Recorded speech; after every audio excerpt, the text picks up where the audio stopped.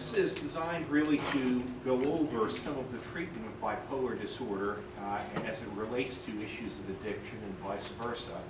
And I'm going to try not to take all the way until 7:15 because my experience in settings like this is people come because they have questions. They're not here for the canned talk, they're here because they have questions. And so hopefully this talk will serve as a stimulus to your questions. So bipolar disorder is characterized either by a period of mania or a period of hypomania plus major depressive disorder. Mania is a period of elevated, euphoric, or irritable mood associated with reduced need for sleep, sometimes just a couple hours a night, racing thoughts, grandiose, God, I'm wonderful, I'm going to save the world kinds of ideas, increased impulsivity, and increased libido. Hypomania is like a mania, but without as much life impairment. Major depressive disorder is a period of sad or irritable mood lasting all day, every day for 2 weeks or longer, associated with symptoms like a sleep disturbance. It can be an increased need for sleep. It can be insomnia, a loss of interest in one's usual activities, guilty, negative thoughts, often about the self, impaired concentration, a change in appetite. It can go up or down during a depression, a physically slowed appearance, and a loss of libido. Any 6 of those symptoms plus a sad or irritable mood for 2 weeks and you have had a major depressive episode. Almost 60% of men with bipolar disorder also have an addiction. So it's the norm when men are bipolar that they have a substance abuse problem as well. Alcohol is the substance of choice in half of such men. Cocaine and amphetamine abuse is also fairly common, but a full range of substances can be abused by bipolar addicted folks. The question is, so why are these two things related? I mean, why would bipolar disorder and addiction travel together? And there may be several reasons. One is that during the course of a mania or a depression, or a third mood state called the mixed state, which is an incredibly irritable, agitated, uncomfortable state that happens to bipolar folks, people may seek short-term relief through substance abuse. Also, during a mania, impulsive risk-taking is common, and so people may try substances or go out and do things with substances that they wouldn't ordinarily consider were they not manic.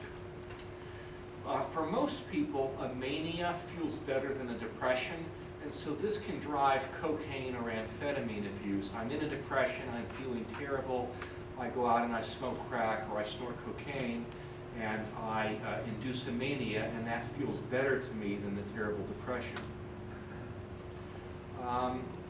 Finally, certain substances can trigger bipolar illness in people who are genetically loaded for it. Exposure to cocaine can trigger a first manic episode.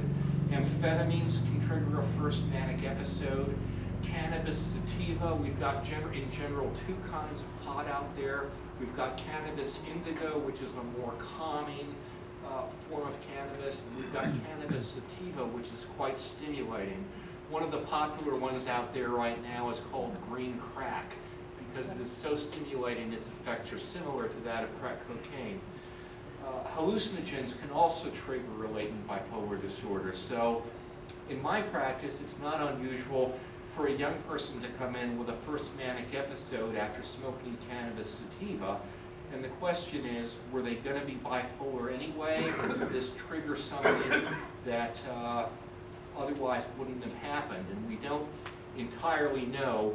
We do know from one rat model that one of the bipolar genes can be turned on by cocaine exposure, and the gene sits there in the rat brain and does nothing until you expose it to cocaine, and then it begins to transcribe and become active. So there is an animal model for this idea that perhaps exposure to substances will turn on mental illness genes that might otherwise have remained quiet.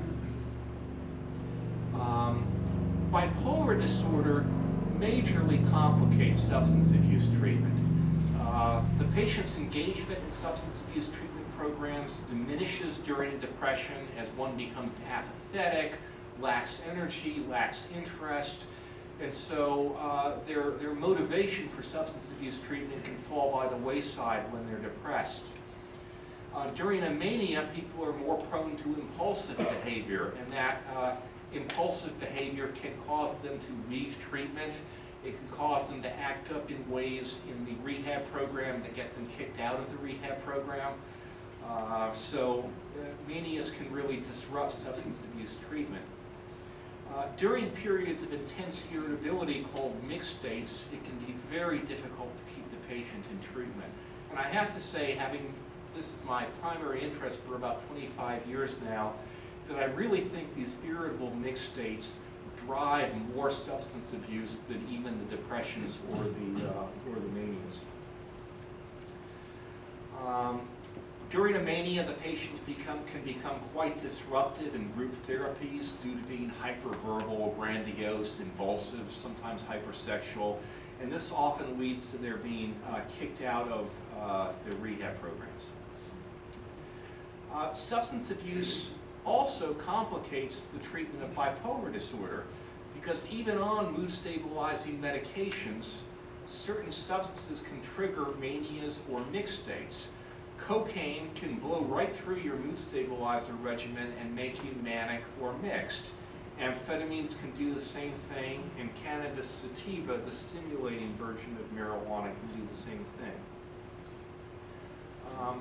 Depressants can trigger depression even in stable bipolar individuals. So alcohol abuse can trigger a depression in a bipolar person who otherwise might have been adequately treated with their medications. Medicines called benzodiazepines like Xanax, Valium, Ativan, Klonopin can also trigger manias in people, trigger depressions in people who are bipolar. And withdrawal from stimulants can lead to depression. So you have someone who goes on an amphetamine run for a week or two where they're not sleeping much, they're highly energized, and then they come off of those stimulants. In the context of the withdrawal, they go into a substantial depression. I typically describe 4 phases in treating people who are bipolar. And I think it's important to think of it in this way, in that if you don't do things in the right order, sometimes you end up chasing your tail and treating bipolar folks. Phase 1 is to rapidly stabilize a mania or mixed state. And at the same time, you need to detoxify from substances to assure safety. You know, not all drugs of abuse require medical detoxification. Alcohol does not infrequently, because alcohol withdrawal can become medically dangerous. Opiates like heroin and OxyContin and codeine can sometimes require medical detoxification as well. In phase 2, once we've rapidly stabilized the mania or depression and detoxed, we introduce agents that dampen down the amplitude of these mood cycles and lengthen the frequency between cycles, rather than drugs that just reduce mania. You know, I distinguish the antipsychotic medications like Zyprexa, Risperdal, Latuda, Seroquel. They're great for treating acute mania, but the evidence that they dampen mood cycles over time, the way Lithium and Lamictal and Tegretol and Trileptal and Deficote do, the evidence for that is pretty limited. And so in phase 1, I might rapidly stabilize with an antipsychotic, but in phase 2, I'm going to move to what I call a real mood stabilizer, and we'll talk more about that. In phase 3, we address any residual depression symptoms, and in phase 4, we address coexisting conditions. Rapid stabilization is essential if the patient is acutely manic or in a mixed state that is impacting their life functioning. The go-to drugs for this rapid stabilization phase are the antipsychotics: Zyprexa, Risperdal, Seroquel, Abilify, Latuda, Ssris, Geodon, and Vega. These are all members of the same family.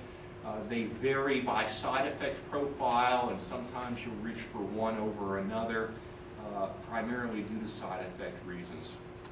The more sedating antipsychotics like Zyprexa and Seroquel are often given at bedtime to acutely manic people to get them to sleep. If you're manic and you're just sleeping 2 hours a night, until we regulate your sleep, it's going to be very difficult to stabilize your mood. So we'll reach for these highly sedating members of the antipsychotic family. Also, during phase 1, we made detox from substances that require medical detoxification. Alcohol withdrawal can be life-threatening with high blood pressure, rapid heart rate, seizures, and hallucinations resulting.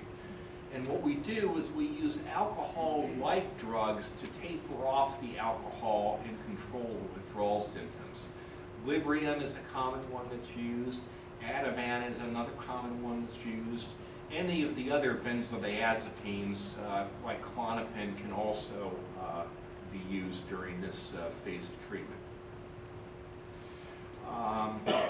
For opiate detoxification from heroin, codeine, OxyContin, Percocets, typically we either do a methadone detox. That's the old standby. Methadone is a long-acting heroin-like compound that can be used to taper you off of your heroin, or Suboxone, which is handled similarly to methadone and is a more modern approach. So phase 1, we acutely stabilize the mania or the mixed state and we detox. Phase 2, we move to what I call real mood stabilization and skills training. The goal of this phase is to introduce agents that reduce the frequency of cycles and dampen their severity. There's no evidence that antipsychotics do this, which is why in phase 2 I tend to try to transition people to what I call real mood stabilizers. Lithium carbonate is an old standby, and for those who cycle infrequently, it's often the most effective agent. That said, it has a lot of side effects: excessive thirst, excessive urination, hand tremors, kidney and thyroid damage can result. So as a result, lithium is not generally a first-line treatment today. We generally try other things first. Depakote, also known as Valproic Acid, is an easy-to-adjust mood stabilizer, pretty good for dampening cycles towards mania, but it can cause weight gain, and in women can cause polycystic ovarian disease, which is a concern in young women placed on Depakote. Tegretol, also known as carbamazepine, has a long track record. It's less weight promoting than Depakote. However, it turns on the enzymes that break down Tegretol. And so what that means is I start you on 400 milligrams of Tegretol a day, and on day 6 I measure a blood level and it's right where I want it. But by day 14 I can't measure any more Tegretol. What happened? Well, it caused the liver to make more of the enzyme that breaks it down. And this is a phenomenon called autoinduction. As a result, the first couple of months of Tegretol treatment are characterized by these Tegretol levels that are going up and down, and it can be hard to get people stable as a result. Trileptal is a minor chemical modification of Tegretol called carbamazepine, and it doesn't auto-induce, so it works like Tegretol but without the issue of the rising and falling blood levels that we have trouble with Tegretol. Also, unlike Tegretol, there's no bone marrow or liver issues, so we don't have to do routine blood work. Lamictal, or lamotrigine, is uniquely good not just for the manias, but for the depressed aspects of this disorder. For bipolar folks who have a lot of trouble with depression, Lamictal is my go-to drug. However, there's a risk of a severe skin rash called Stevens-Johnson syndrome.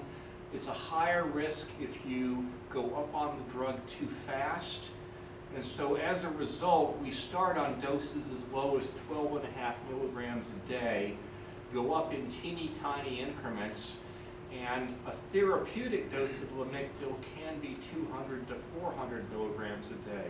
So it can take months to get this drug adjusted. It's not a fast antidepressant by any means. Topamax I list just to be complete. In my experience, it helps about 20% of bipolar patients. It tends to reduce the appetite, which for some people is a favorable side effect. Unfortunately, it tends to cause a lot of memory loss and cognitive difficulties. Topamax has been nicknamed Dopamax because of its cognitive side effects. Neurontin or gabapentin, again, it's one of the mood stabilizers. It's great for anxiety. I think it mood stabilizes about 25% of bipolar people, so it's nowhere near as effective as the other agents I listed. The other part of phase 2 is to introduce skills training. We work on learning to recognize mood states and triggers for using substances. We develop skills for dealing with abnormal mood states using things like CBT or cognitive behavioral therapy, DBT or dialectical behavioral therapy. And I think some of these issues will be addressed probably in greater detail by Tom Horvath if they come up in questions. We work on skills for managing triggers that are unrelated to mood as well. 12-step programs are an option for this. Non-12-step models also exist, and the practical recovery model is primarily a non-12-step model. And I'm going to leave your questions about that for the guy who wrote the book on it, who will be sitting on the panel. I do want to talk a little bit about levels of care for substance abuse. The lowest level of care is outpatient counseling. It's appropriate for casual users. When the problem becomes more severe, one tends to kick up to an intensive outpatient level of care. This is 3 hours a day, 3 days a week, typically, of more intensive treatment. And again, it's more appropriate for more serious substance abuse issues. In cases where that's not sufficient, the partial hospital program, or PHP, which involves 4 to 6 hours a day, 5 days a week, can be used. And then residential care is sometimes appropriate for people who just can't remain sober in a lower level of care. Residential substance abuse is what used to be called going to rehab. That's essentially what people are talking about when they talk about going to rehab. Sober living homes, which are places you live that are substance-free, where often there are group meetings and skills training as part of the program, can be used to provide structure and support in the community while someone's going to IBPF or partial hospital. And sober living homes are much less costly than formal residential treatment. So phase 3, we've got the mania stabilized, we've got the depression stabilized, we've detoxed, we've moved in with a real mood stabilizer to dampen mood cycling and reduce the frequency of mood cycling, but we've got residual depression. When we have that, we move into phase 3. Really treating the depressed phase in bipolar disorder has been the big challenge over the decades. We're much better historically at treating manias than we are depressions. And this is a recipe for getting people to be non-compliant with their medications. I mean, if I take away your manias, which at least have some pleasant aspects, and leave you in a depressed state, you're not really going to be very excited about swallowing the pills that I prescribe. One of the issues is that antidepressant use usually leads to mood destabilization in bipolar folks. Often it creates manias or even severe mixed states.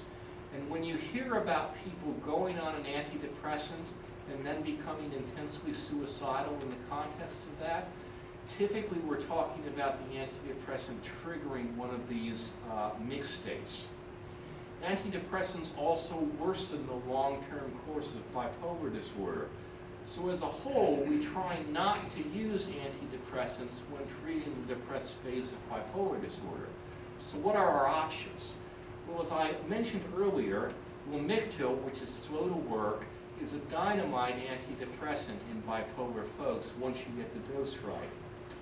Lithium treats the depressed phase in some people, and some antipsychotics seem to have an antidepressant effect. Abilify, Seroquel, recently Latuda got the FDA approved for bipolar depression, so did Ssris. And the beauty of some of these antipsychotics is that they work faster than Lamictal. So we may reach for them in the acutely depressed person for that reason. I list Mirapex or pramipexole because I think relatively few practitioners are familiar with using it for bipolar depression. There's only one double-blind placebo-controlled study on it for bipolar depression. That said, I've been using it extensively over the last 12 years in depressed bipolar folks with what I think is about an 80% response rate. The concern about pramipexole, because it stimulates the dopamine system, is that you might make someone hallucinate. You might make them psychotic with it. Having said that, I've yet to make anyone psychotic with pramipexole. So when Lamictal fails, when lithium fails, when the antipsychotics fail, it's one of those tricks that can often be helpful to us. There are natural options for treating the depressed phase of bipolar disorder as well. Inositol, which is sometimes nicknamed vitamin B8, is available over the counter in health food stores. The dose is 1 gram twice a day. There were 2 controlled studies done on it in Israel that showed effectiveness for bipolar depression. High-dose fish oil, 3 to 6 grams a day. That's a lot of fish oil. 3,000 to 6,000 milligrams a day of fish oil. Has several double-blind studies showing that it's effective for bipolar depression. I list ECT, or electroconvulsive therapy, so-called shock therapy, because it is very effective for bipolar depression when all else fails. The challenge with it is that you can typically get someone out of their depression with it, but then you have to keep them out of their depression, and maintenance long-term ECT tends to lead to a lot of thinking side effects, and so we try not to go down that road if we can avoid it.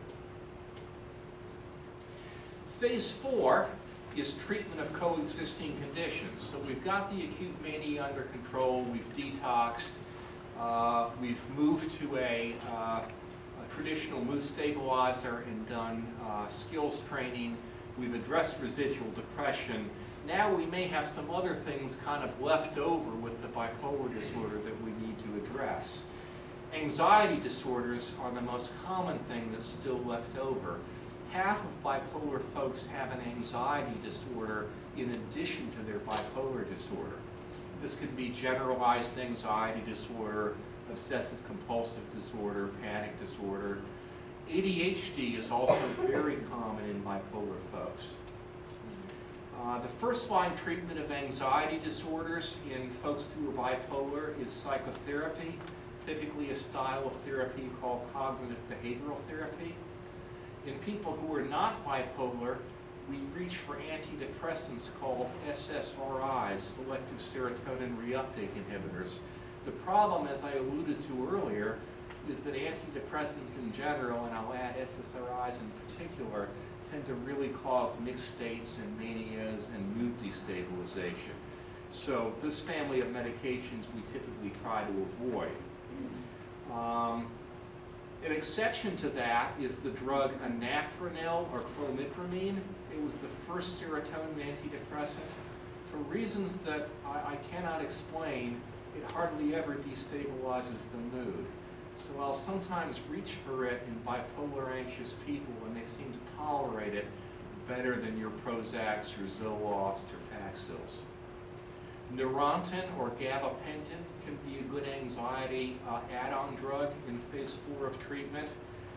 Now, benzodiazepines like Klonopin are an option, but if we're talking about folks with substance abuse problem, the benzodiazepines are basically alcohol in pill form, and they can both lead to addiction to the benzodiazepine and it can also trigger the urge to drink in people who are prone to drinking.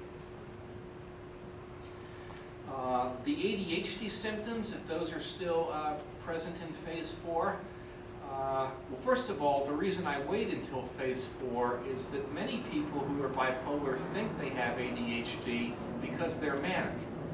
And they're bouncing all over the place, and so they're not paying attention because they're manic. But once the mania is gone, and once the depression is gone, and once the mixed state is gone, if you still have ADHD symptoms, then yes, you have the second disorder.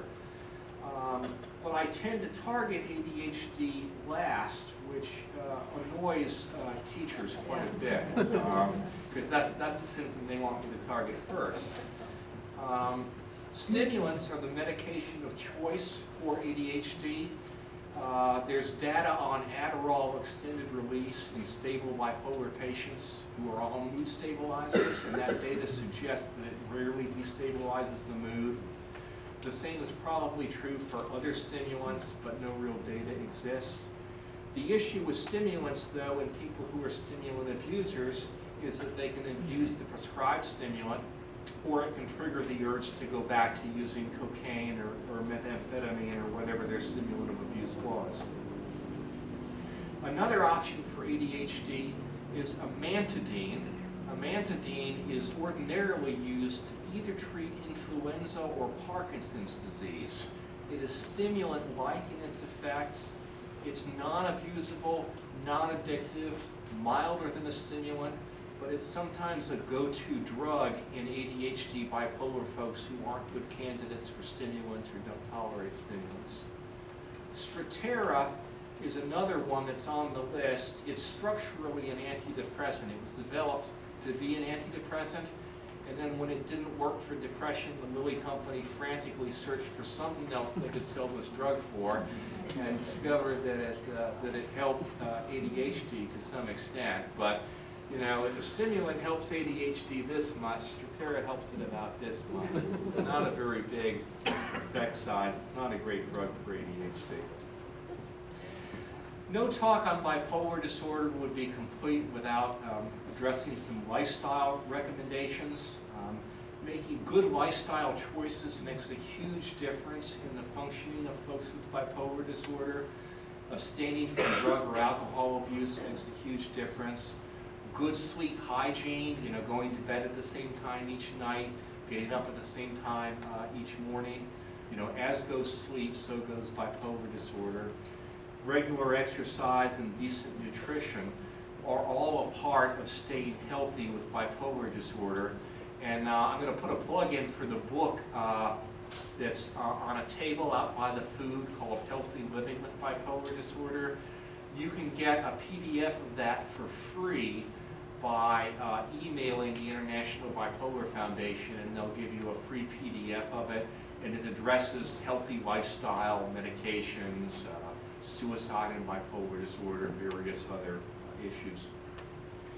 So in summary, and I succeeded, we're going to have an extra 10 minutes for questions and answers. Bipolar disorder is often complicated by substance abuse. In the case of men, 60% of the time it's complicated by substance abuse. Bipolar disorder and substance abuse complicate one another's treatment. One must address both disorders for the treatment to succeed. And then I didn't put this on the summary, but it's worth noting that I think that there are additional barriers to treatment for males with bipolar disorder and substance abuse. You know, as American men, we're supposed to be independent and stand on our own 2 feet and solve all of our own problems and pull ourselves up by our own neurons. And, you know, although it's not really possible to do that, you know, you'll see great shame in men with bipolar disorder and substance abuse when they come into treatment that they've been unable to solve this on their own. And so I think there are particular barriers that men face even more than women. What I'd like to do is pause, and then I guess we're going to do a panel question and answer. Tom, take it away.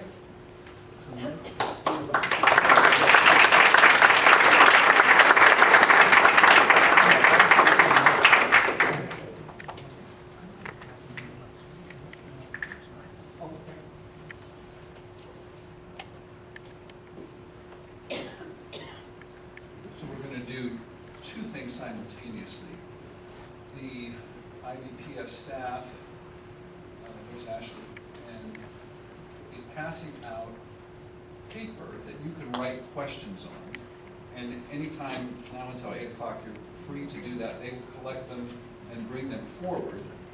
And I want to give Enoch a chance to begin this by sharing your thoughts so far with what we've been talking about. So, my story about 20 months ago, I was introduced to Tom after. A little louder. Yeah. So about 20 months ago, I was introduced to Tom and got more recovery. There we go. Is that better? No.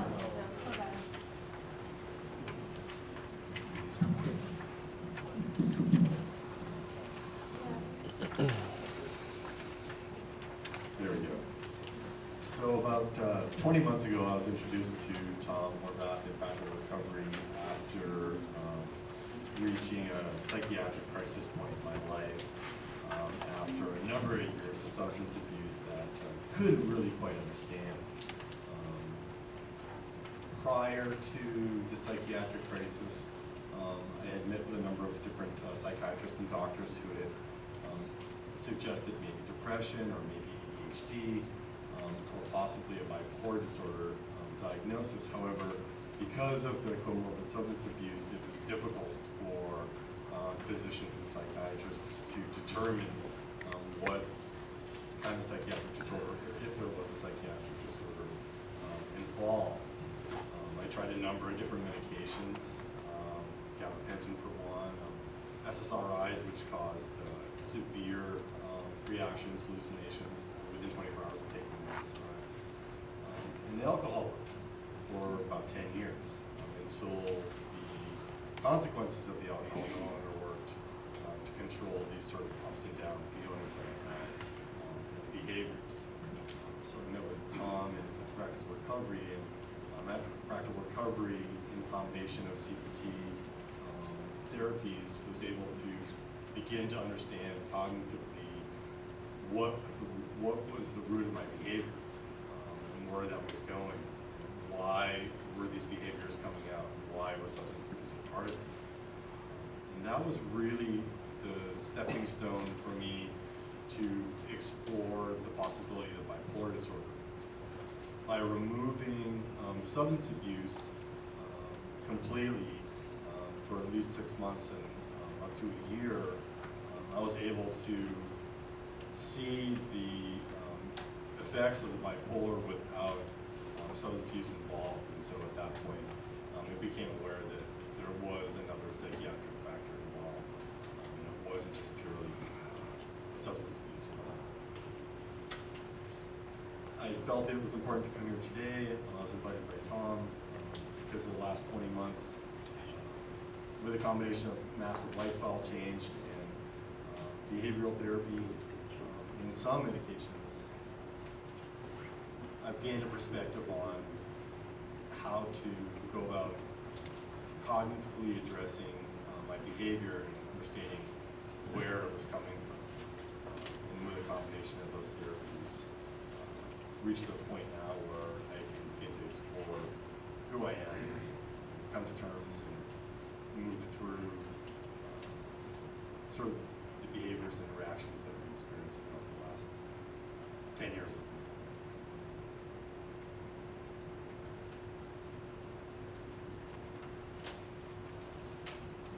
Questions?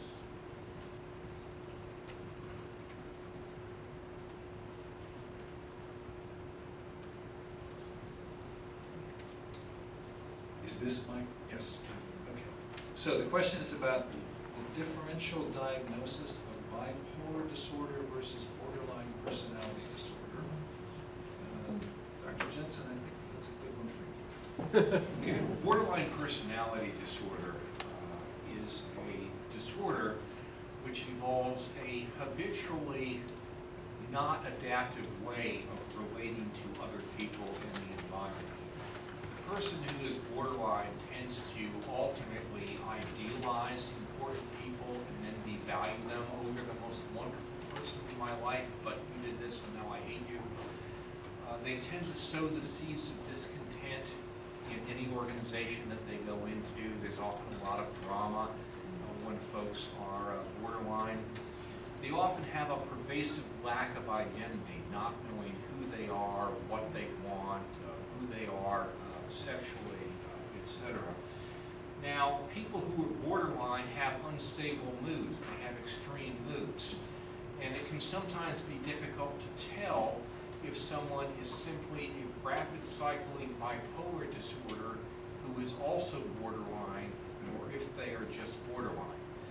And what we do is we tend to look for clear symptoms of hypomania and clinical depression, not necessarily triggered by life events, that give evidence for an underlying bipolar disorder as opposed to just the personality disorder.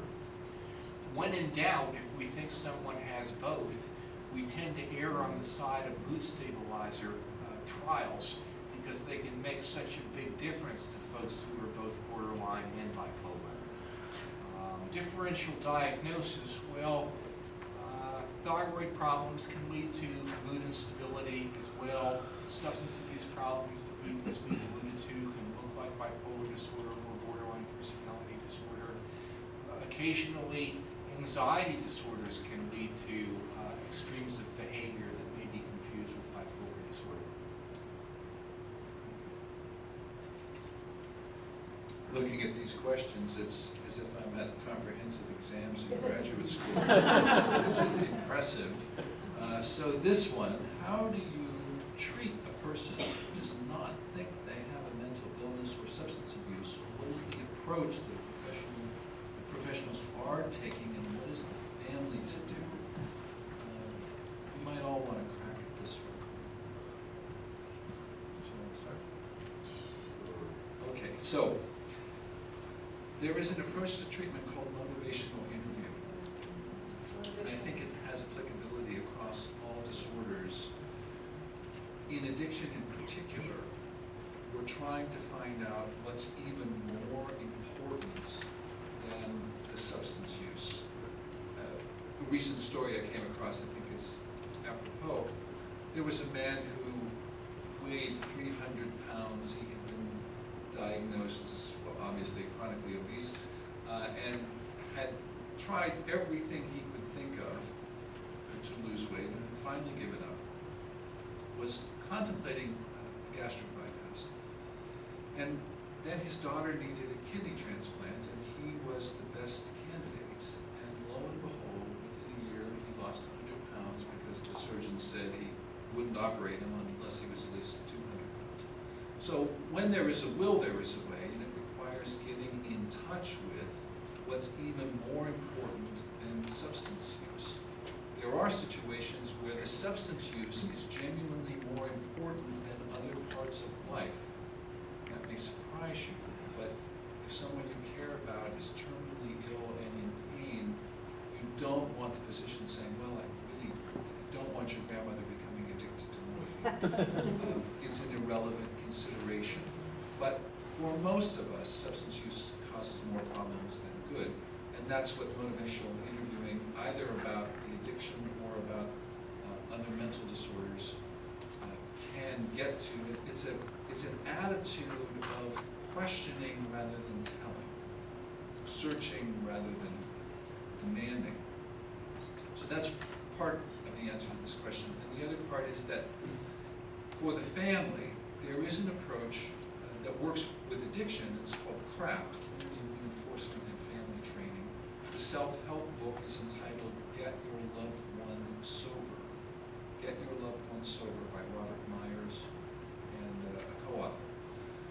And it's a behavioral approach that doesn't work dramatically or quickly. It's maybe a little faster than Lamictal, but not much. And it focuses on reinforcing, through a variety of methods, healthy behavior and ignoring unhealthy behavior.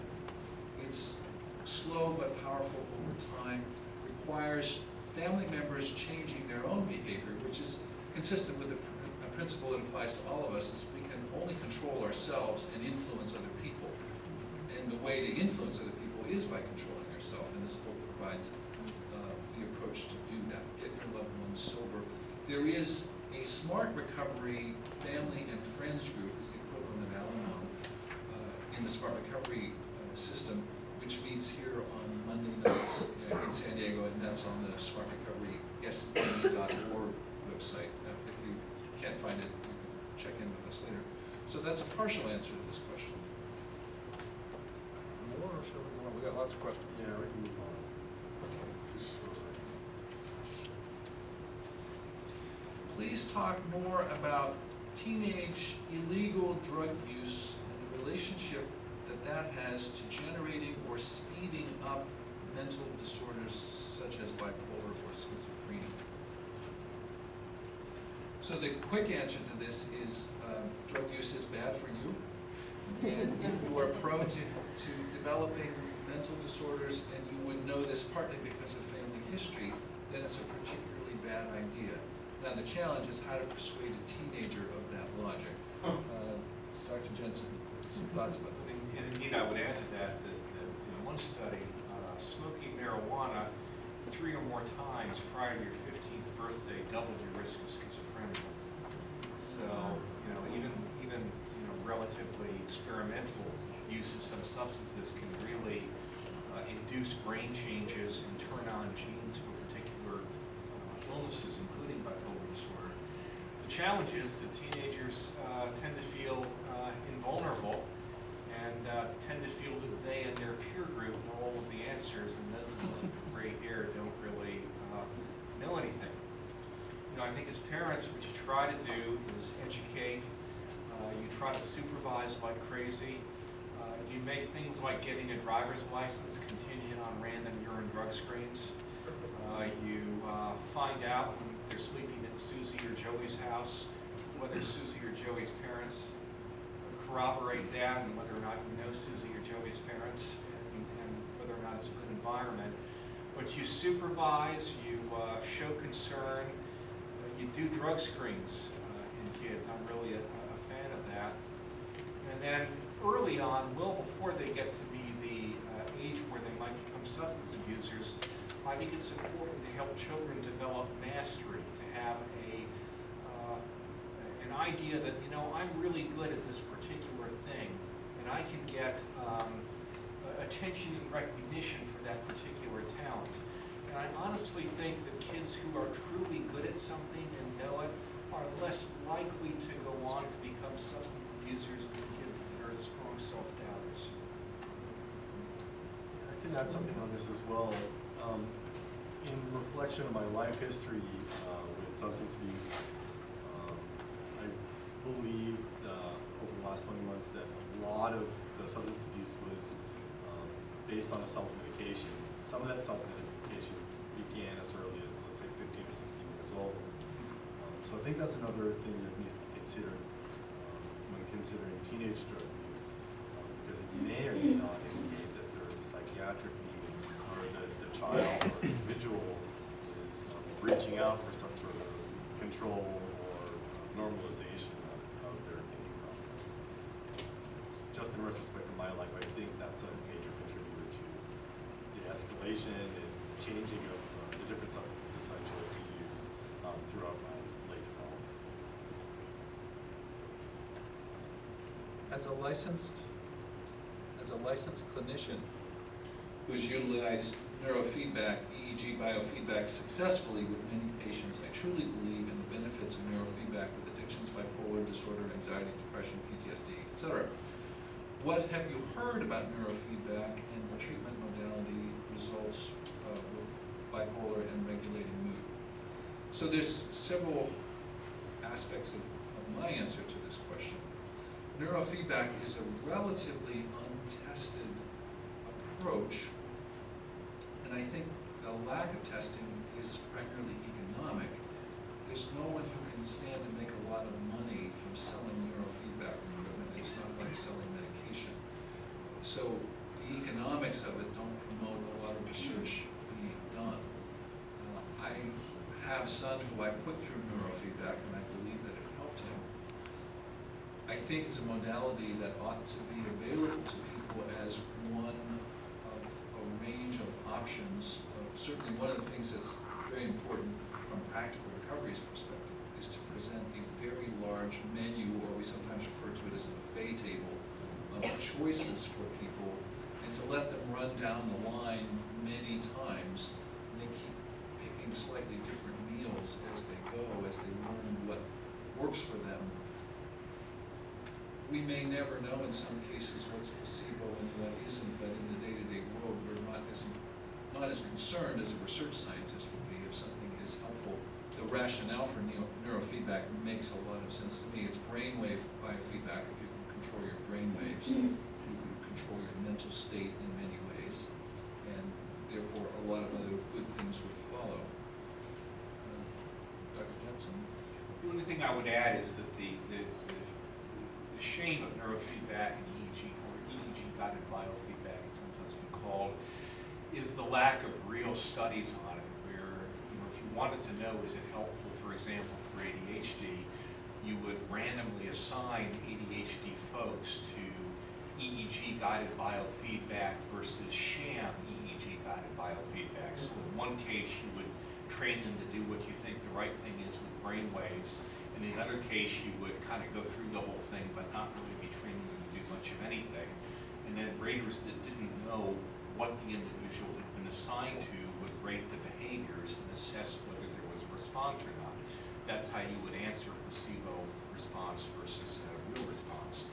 And unfortunately, that really hasn't been done well in any disorders to my knowledge. So, gee, if it helps, great, give it a try, but I'm unable to make any scientific comment on it.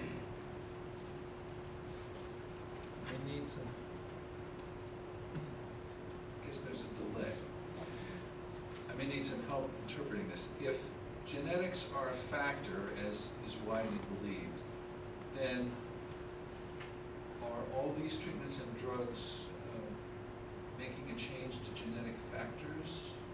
Am I understanding this correctly? Would someone like to interpret this?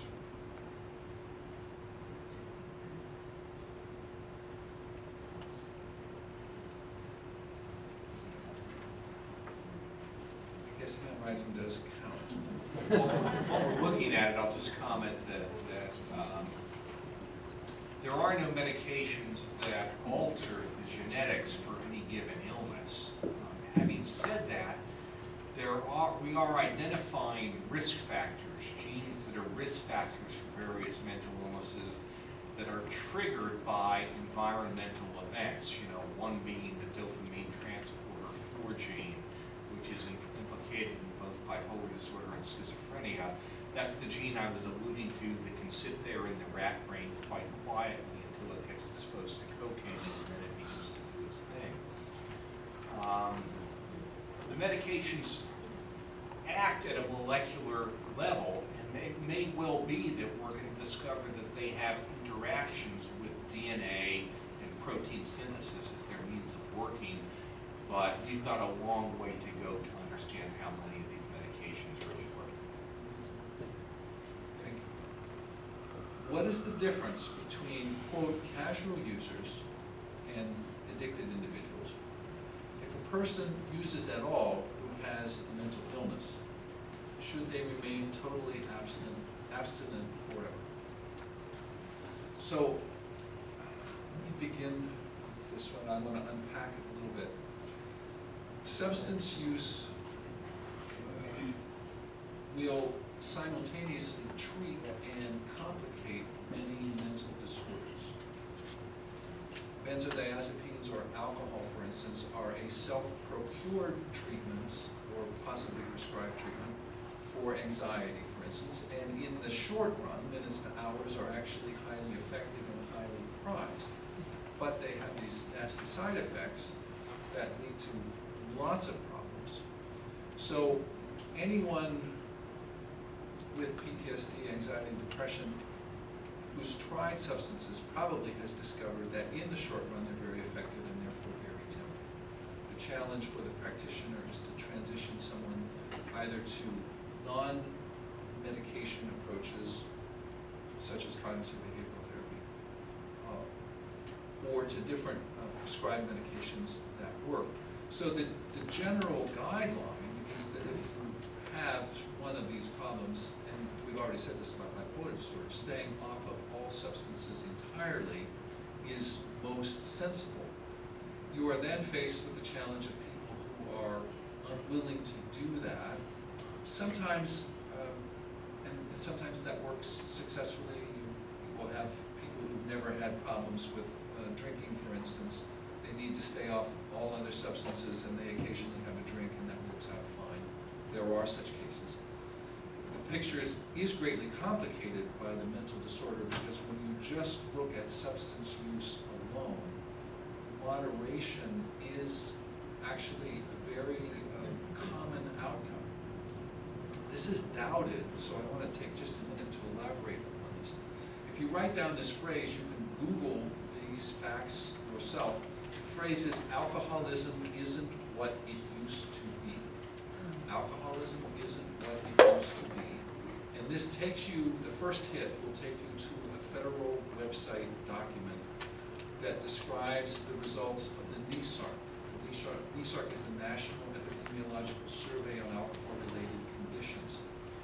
We have now DSM-5. DSM-3 came in the 70s in part to establish increased reliability and validity of psychiatric diagnoses, so that the federal government could begin doing these large surveys to find out the answers to very basic questions like how many people abuse alcohol, how many schizophrenics do we have, how many bipolar disorders, which is important when you're trying to plan what kinds of services we would make available in what proportion. In this study, this is the fifth of the large federal studies surveying the general population, over 43,000 subjects were sampled. And there's a very sophisticated statistical design using a stratified random sample with oversampling of certain populations and statistical corrections, etc., leading to the conclusion that for alcohol specifically, the majority of people who recover from alcohol problems do so on their own, about 75%. Now, you typically don't hear this fact from treatment providers because, frankly, it's not good for business. You know, we much prefer to tell people, well, you have problems, you need treatment. But in fact, most people will resolve these problems on their own, and of those who do, about half of them will moderate successfully. Often it takes several years. The percentage of people then, that last 25% who have more difficulty, are typically the individuals with comorbid disorders, and they may never achieve stable abstinence or moderation, or they may need a lot of treatment to get there. So, is abstinence an ideal solution? Certainly. No one needs these substances to live well. That's, to me, clearly a fact. Many people won't go that road, and the most important fact about treatment is what your client or patient is willing to do. It doesn't typically work very well to advise someone to do something that they are fundamentally unwilling to do. And therefore, that motivational interviewing approach to try to elicit pre-existing motivation. You can't create motivation in someone. You can only elicit motivation that may have not been connected to the problem that we're faced with is fundamentally the approach that you need to take. Yeah, I can add to that as well. The statement, should they instead remain totally abstinent forever? And being someone who's been in chemical dependency treatment, that comes up a lot for people. And people, or myself, at least when I was in substance abuse treatment, moderation was highly important, and addressing the emotional reasons and reasons behind the abusive behavior, to me, is key to understanding why it occurs. And so adding a term like, I need to be abstinent forever, or perhaps I should never moderate, is sort of moving forward from the present problem of identifying what the issues are in the first place that are leading to the abuse, or leading to the substance abuse. So I don't think it's necessarily important to have that be a point initially in someone's diagnosis or in someone's treatment plan. They may or may not be ready to even begin considering complete abstinence, but more to focus on the root of the cause of their behaviors. I have nothing to add. Let me add one more thing. Right at the beginning, I just want to reinforce this point. Getting someone to say, I'm never going to do that again, is for many a very scary idea. And the term has arisen in the field to take a sobriety sample. Would you do it, would you abstain for 30 days? A lot of people are willing to do this. We're going to need to detox you. We'll keep you in rehab the whole time if you need to, but maybe we can do this outpatient. It'll give you time to see things from a new perspective. You know, your body will clean up a little bit. And then let's, at the end of 30 days, let's consider what might be next. That's a graduated approach that's generally more effective for achieving that long-term goal without scaring them, terrifying them right at the beginning. Because when you come to rely so much on this substance, the idea that you're going to rip it out of somebody's life is just terrifying. Yeah, that, and also if you're looking at a potential underlying psychiatric reason for substance abuse, encouraging that individual to at least consider abstinence in order to understand the possibility of a psychiatric disorder is important, and so not throwing the it's going to be gone forever right away is helpful. Can bipolar disorder start in the womb, especially if the woman experienced emotional abuse during her pregnancy? We're going to have to start answering these more quickly. We don't know.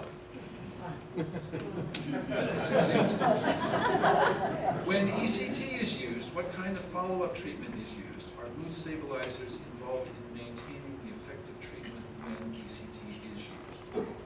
Often when ECT is used, at least in the case of bipolar depression, we then follow that up with Lamictal or Lithium or pramipexole or one of the other treatments of bipolar depression I listed, Abilify, Tuda. So sometimes ECT will be used to treat the acute depression because maybe you can't wait for a medication to work, it's a life-threatening depression, and then you move into the medication to try to maintain your response. How does environment affect bipolar disorder? Financial stability, self-esteem, being productive, responsible individuals in their daily lives. Is it possible for a bipolar person to be employed? Yes, it's possible for someone with bipolar to be employed. And I do think that environmental factors, socioeconomics, self-esteem, those two can be tied, particularly in development. So, for example, in my case, my development was in a lower socioeconomic status, which may or may not have resulted in lower self-esteem. Whether or not that is a cause of bipolar, I'm not sure.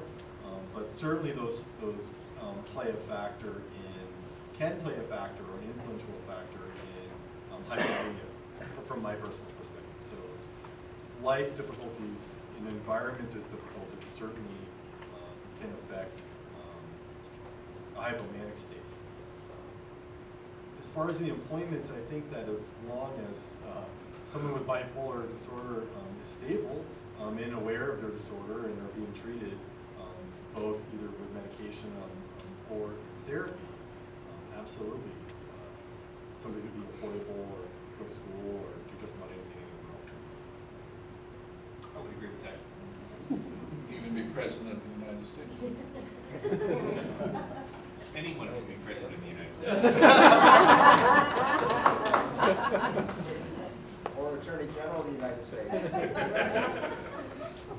One of the self-help books I like is Facing Bipolar by Russ Fetterman. And it's designed for a young person who's experiencing that first episode. Facing Bipolar by Russ Fetterman. He is also the co-author of one of the chapters in the Health and Bipolar book that's out front, he talks about the 4 S's of sleep, a schedule, managing stress, and avoiding substances as one format for thinking about how you need to manage yourself and the daily focus. I tell people in addiction recovery that the first 90 days is the big job, because that's the time period in which cravings do diminish substantially. So you really need to be paying attention every day. It might only be a few minutes, but probably for a year, you need at least a 2 or 3 minute review of what's happening, what happened today, what did I learn, what's going to happen tomorrow. And I suspect for bipolar disorder, it might be years that one does that. Maybe forever. It's a small price to pay for the benefits of doing so. What kind of drug is HCl? That's the first one. Vibrid is a relatively newer antidepressant, and its primary action is on serotonin. Is that the question? Is dependent personality disorder a disorder? Is it an anxiety disorder? My family member is bipolar. Bipolar diagnosis and a dependent personality seems related to anxiety, afraid to be alone. So, dependent personality disorder is one of the personality disorders. There's 10, 12 personality disorders. And the nature of the diagnostic manual is you can have almost any combination of disorders. And dependent individuals do get anxious when they are alone or anxious around other issues. So that just goes with that disorder. It's not a separate disorder. And I think sometimes early onset anxiety disorders can lead to unhealthy dependence on others. And so you can have a childhood onset of an anxiety disorder that may set one up for a later personality disorder. Yeah, also I think the grandiose aspects of hypomania, since it is a very expressive, outward, social, attractive part of the disorder, not having anyone be around to witness how awesome you are can lead to that too. What is the best dual diagnosis treatment for a consumer who has poor insight into his illness and only thinks he has a substance abuse problem? Oh. Okay. So what is it? Best dual diagnosis for someone who only thinks he has substance abuse. That brings up a strange story. So when I first hit a psychiatric crisis and realized I needed to do something regarding my substance abuse behavior, and regardless of prior discussions with other psychiatrists or physicians regarding a possible bipolar or a possible psychiatric disorder, wasn't something I was ready to consider, and I was much happier considering that I just have a substance abuse problem, so all I need to do is stop drinking and everything is going to go back to normal. I think that may be more socially acceptable in our society right now, that, you know, I just have a drinking problem, or my cousin had a cocaine problem. I think everybody in this room, or basically in our society, knows someone that's had a substance abuse problem of one type or another, so I think it's more acceptable. However, in my case, when it was uncovered once I got moved away from the substance abuse and the hypomania behavior became apparent without the substance abuse, and the mental illness was certainly becoming a factor, it revealed to me that you know, there was something else underlying. So I think that in this particular case, where someone may think they aren't mentally ill and only have a substance abuse problem, that certainly is true. They could have a substance abuse disorder, but without removing the substance abuse, there's no real way to understand if that person has an underlying psychiatric disorder, at least my personal experience. I think that's well said. Meet them where they're at. If they believe they have a substance abuse disorder, meet them around that substance abuse disorder, and as the substance is stripped away, form an alliance with them and begin to observe that maybe there are continuing symptoms despite the absence of substance or the therapy that they go through will enable them to be mindful and identify their own behavior as they experiment from moment to moment, as well as other people observing as well. Are there other mental disorders that are activated by drug or alcohol use? Schizophrenia and bipolar disorder are both pretty clearly deactivated by substance abuse. It looks like panic disorder can also be activated by substance abuse. Those are the ones that come to mind immediately. I also think of anxiety and depression in that dual relationship where they can be treated in a sense by some substances, but then they also make them worse over time. Another example is cigarette smoking, which people use to relieve tension. And it does work that way, except it also tends to make someone more stressed out to be a smoker. So what I often say to clients is that for many of these substances, what they give you at the beginning, they take away at the end. So it's only a short-term benefit. I would concur with that. My initial alcohol and cocaine were great for me for years. They helped stabilize my moods. I wasn't hypomanic, but over time, the consequences and the effectiveness of those substances decreased very rapidly, and then the consequences escalated, and that's where I needed to seek assistance to get control of that and understand that. Can you discuss the effectiveness of drug therapy, medications, relative to sleep hygiene, exercise, nutrition, etc.? For example, does a healthy lifestyle decrease reliance on or dosage of drug therapy? And let's consider both bipolar disorder and borderline personality disorder. Okay. You know. For me, the years of substance abuse, certainly nutrition, sleeping, mindfulness, yoga, none of those things were in perspective. It was completely only just managing my daily life as well as I could the substance that I was using. However, in the last 20 months, when I first meet Tom, I was about 70 pounds heavier than I am right now, which is a pretty drastic change in 20 months. But that's primarily due to the removal of the substance abuse, and then sleep hygiene is a major issue. For me, I never slept. Sometimes I would go 3 days without sleeping. So a regular sleep regimen, exercise as much as I possibly can with a full load, and then regular nutrition, I think are all part of my ability to self-manage my bipolar from a, I hate to use the word holistic standpoint, or from a whole person standpoint, and avoid some of the heavier prescriptions that I feel would, the side effects may remove some of my sort of life experience. So I absolutely concur that those things, I think, not only are healthy for everyone, but particularly for someone suffering from bipolar disorder. And I think healthy lifestyle choices can reduce medication doses, and sometimes we're able to get people on less medication if they're willing to do the healthy lifestyle choices. Some years ago, I coined an expression called being a Zen master. You've heard of Zen master, Z-E-N, but this is S-E-N, which stands for sleep, exercise, and nutrition. And when you cover those three bases as a Zen master, you have most of your healthy life in front of you. You still need to wash your hands, brush your teeth, get too much sun, look both ways before you cross the street, that sort of thing.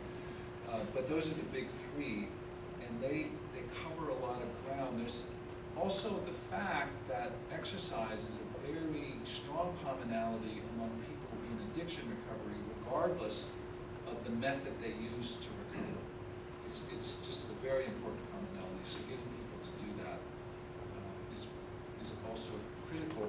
And I would reiterate again that on the one hand, I'll see a client who comes in and who does not want to use any psychiatric medication ever for anything. And at the other end, they seem only to want medications and really don't care to talk about much else. And of course, all across that spectrum, and I think Dr. Jensen and I are in agreement, you meet them where they are, and if it works, then fine, and if it doesn't, then you've got some basis together for nudging them in a more effective direction.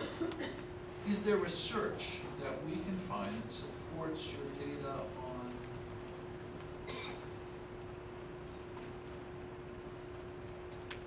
marijuana use in schizophrenia? Yeah, I wish I could give you the citation for that. The work, I believe, was done in New Zealand. I can't remember the author on that, but I believe if you Google schizophrenia and cannabis, you'll find some of the articles.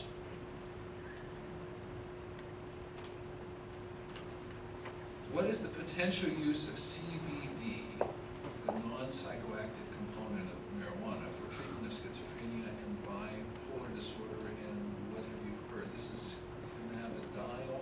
Right. And this is non-prescription. I don't know if it's legally available or not. I'm You not know sure if something. it's legally available or not.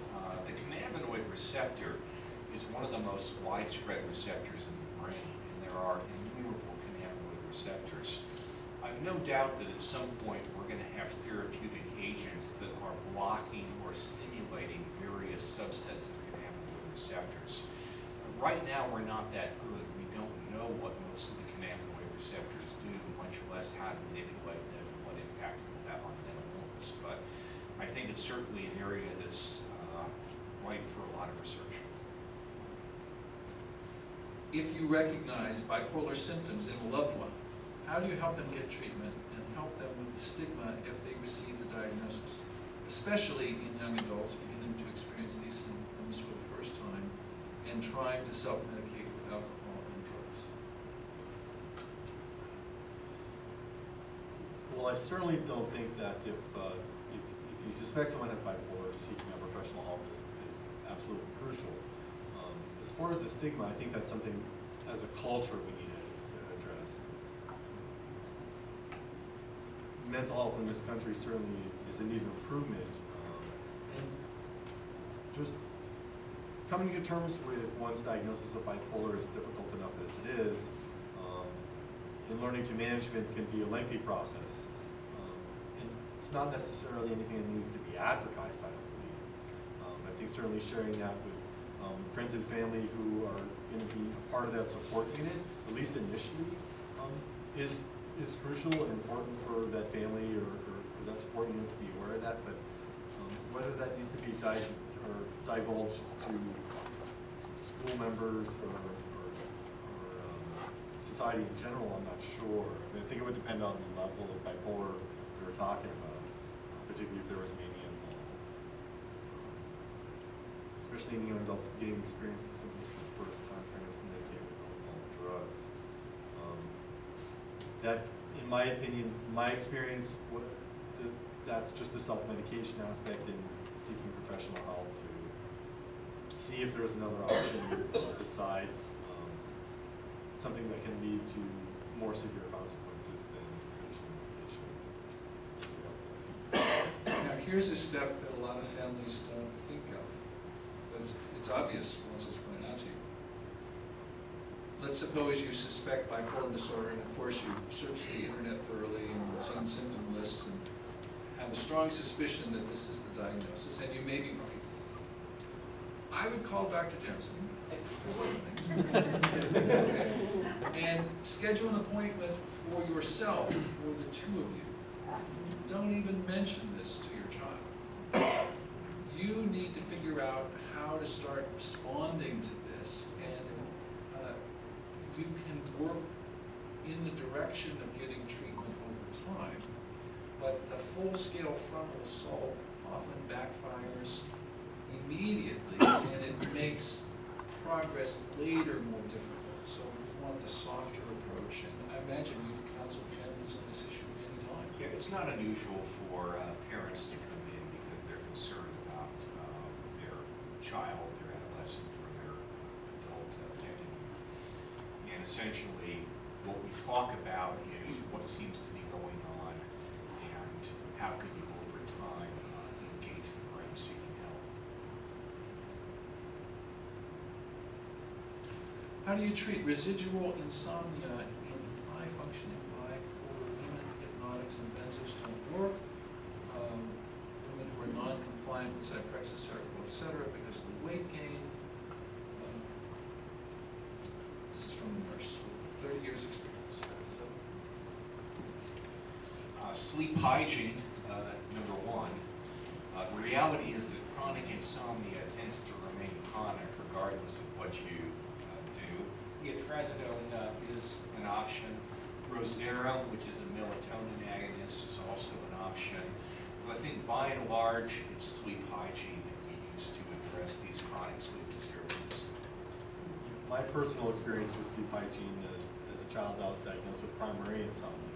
So which my mother will even say was prenatal.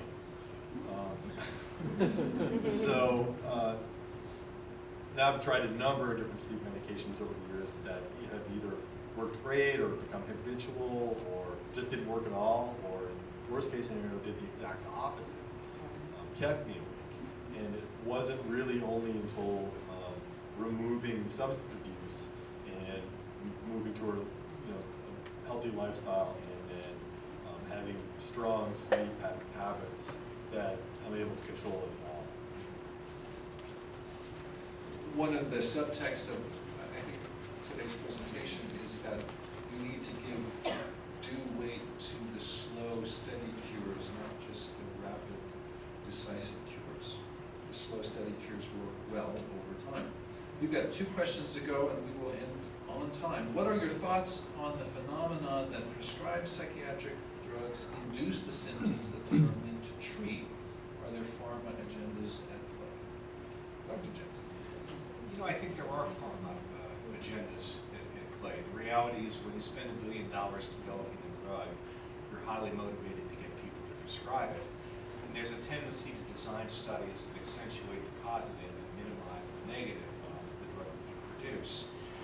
That said, I don't think big pharma is evil. The reality is that without big pharma and some of these developments, many people wouldn't be treatable today. But you should have a jaundiced eye when a new drug comes out and not assume because it's newer it's better, and take a watch and wait attitude towards new medications. How do you deal with a patient's bipolar symptoms that appear to be highly associated with family dynamics? Family therapy.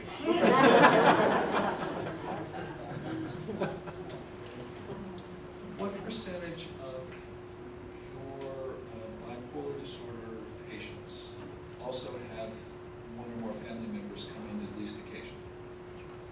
I would say the majority of my bipolar patients have one or more family members who come in one time or another. Often spouses come in, often parents come in. It's pretty common to involve the family in treatment. And there's some folks who won't allow you to do that, and that's unfortunate because it's useful to get history from other family members. Yeah, if we're thinking about sleep, schedule, stress, and substances, and there's no better source of stress if you're looking for one than a dysfunctional family. So, improving that situation with standard family therapy, which also can be a slow process, not a quick one, would be valuable. Enoch, you want the last word? What if the family is not on board? What if the family's not on board? And that happens, and so there are as many resolutions to all the problems that we have talked about as there are individuals, and it requires patience. I think you saw from Dr. Jensen's slideshow how many different solutions he was willing to look at and how patiently he was going to go through, and that was mostly just medications. We didn't even get to the psychosocial side, which he also does. So that process takes time, and a practitioner keeps up on those things. And in some cases, we need to help patient or client divorce themselves from their family, or not entirely, but to a greater degree. And that process takes time. Okay, we'll take one question from the floor, and then we're going to give Enoch a final comment, and we're going to close. So just a quick one. Do you know about any studies on the relationship between with young boys, computer addiction and bipolar personality disorder? I'm not aware of any studies on that issue. I have no doubt that computer addiction exists, even though it didn't make it into the DSM. I've seen cases now for a while. The modern, in my opinion, the modern conception of addiction begins with Stanton Peele in 1975 when he writes Love and Addiction and says that it's not just substances, but it's also any activity, and the title of that book, Love, points out very few people attempt suicide when they're withdrawing from a substance, but a number of people attempt suicide when they're withdrawing from a relationship because somebody broke up with them. It's a very serious matter. So anything can be addictive, and the way the video games are constructed. Some years ago, we had a patient who designed slot machines, and that man was a brilliant psychologist, although he didn't have a degree in it. He studied the behavioral psychology literature and knew exactly how to program the reinforcement schedules in the slot machine to make you lose more money. He could have had an academic position if he wanted to go in that direction. Enoch. I guess in closing, just in reflection over the last 20 months of my life, I can't stress the importance of taking a multi-disciplinary sort of approach to bipolar disorder and substance abuse, and particularly men with the numbers at 60%. Understanding the cause of the substance abuse and was absolutely crucial for me to understanding that there was something else wrong, and then removing the substance abuse with support from a number of different perspectives, both from psychiatrists and psychologists, from family, from meditation, from healthy life choices, from managing sleep. We're all hyper important. I don't think that there's a single magic bullet in any of this, and I don't think you gentlemen disagree with that. And so that perhaps it is a slow process, but in retrospect, in 20 months, I feel that I've been able to not only learn a lot, but maybe have the opportunity to contribute more, and maybe possibly assist others who are facing the same challenges. Thank you very much for coming.